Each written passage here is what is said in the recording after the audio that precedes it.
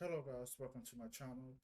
This is your boy Aimless Gaming, and what we're gonna go over today is my team for my first ever Pokemon Draft League.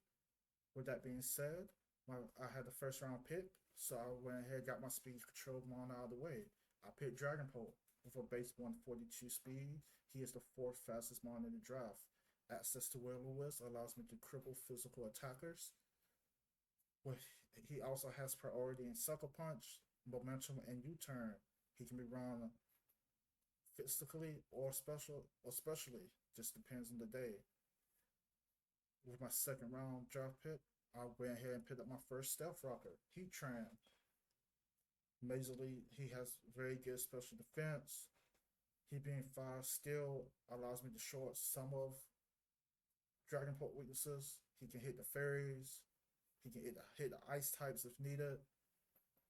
One cool thing about him is he had access to Magnet Storm, meaning if someone wants to switch in onto him, thinking they have a good chance against him, I can click Magnet Storm and then switch out into something to counter what they switch into, trapping them.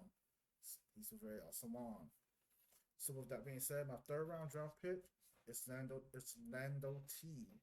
Picked him up because I need an electric and ground immunity. With his access to levitate, earthquake doesn't matter to him no more.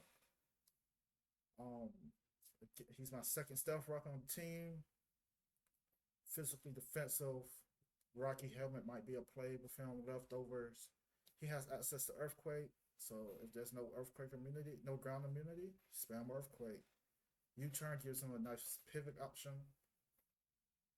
Going on from that, my fourth round pick was Gardevoir. I wanted to hit my fairy type out of the way, so with her being fairy psychic, this is a very good choice. With a special attack of 125, she hits hard. Access to Side Shot allows me to hit monsters on the defensive side. Access to Moonblast allows me to hit the dragon types. She can run Calm Mind if I want to go do a setup sweeper type build with her. Access to Teleport allows her to pivot out if needed. One fun thing about her is she has access to Vacuum Wave. Priority move that can pick up steel types. I think they have a good matchup against her.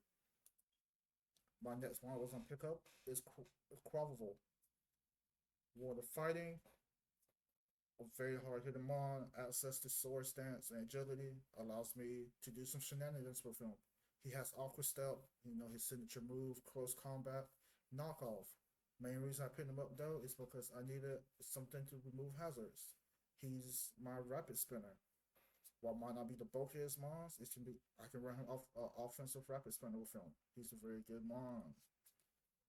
Going off from him, I wanted to pick up a bulky grass type that hits hard. I went with Ogerpon.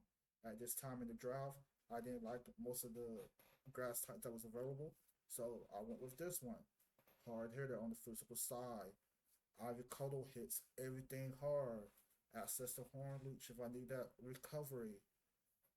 Base 110 speed. Help me with the speed control if needed if I don't want to bring Dragon Pole.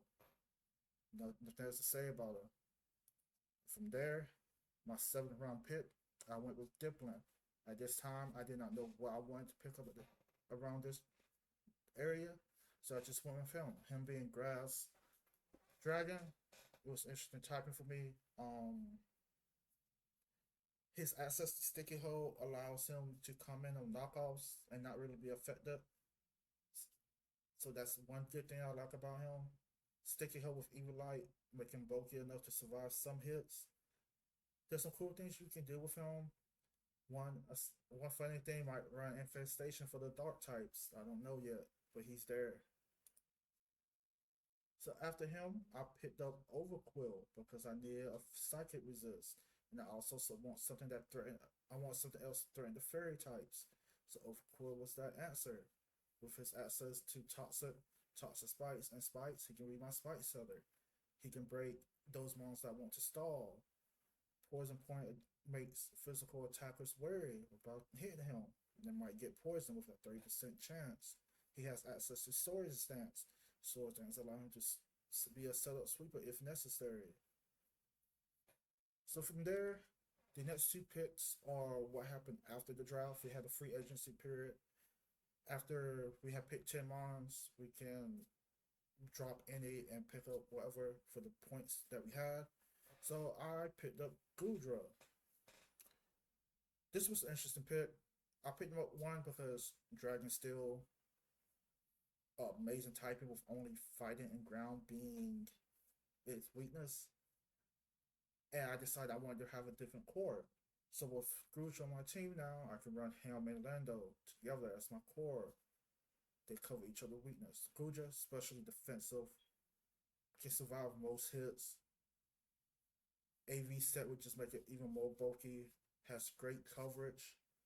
Can run it pure offensively if I wanted to. Has access to Dragon Tail, so I can phase out any mons I want to set up. Yeah, there's nothing else to say about him. And my last and final pick, I had to go with Spirit Tomb because I am the coach of the Whimsical Spirit Tombs. So I had to pick up my mascot. Not only that, it's one of my favorite mons from the earlier gens.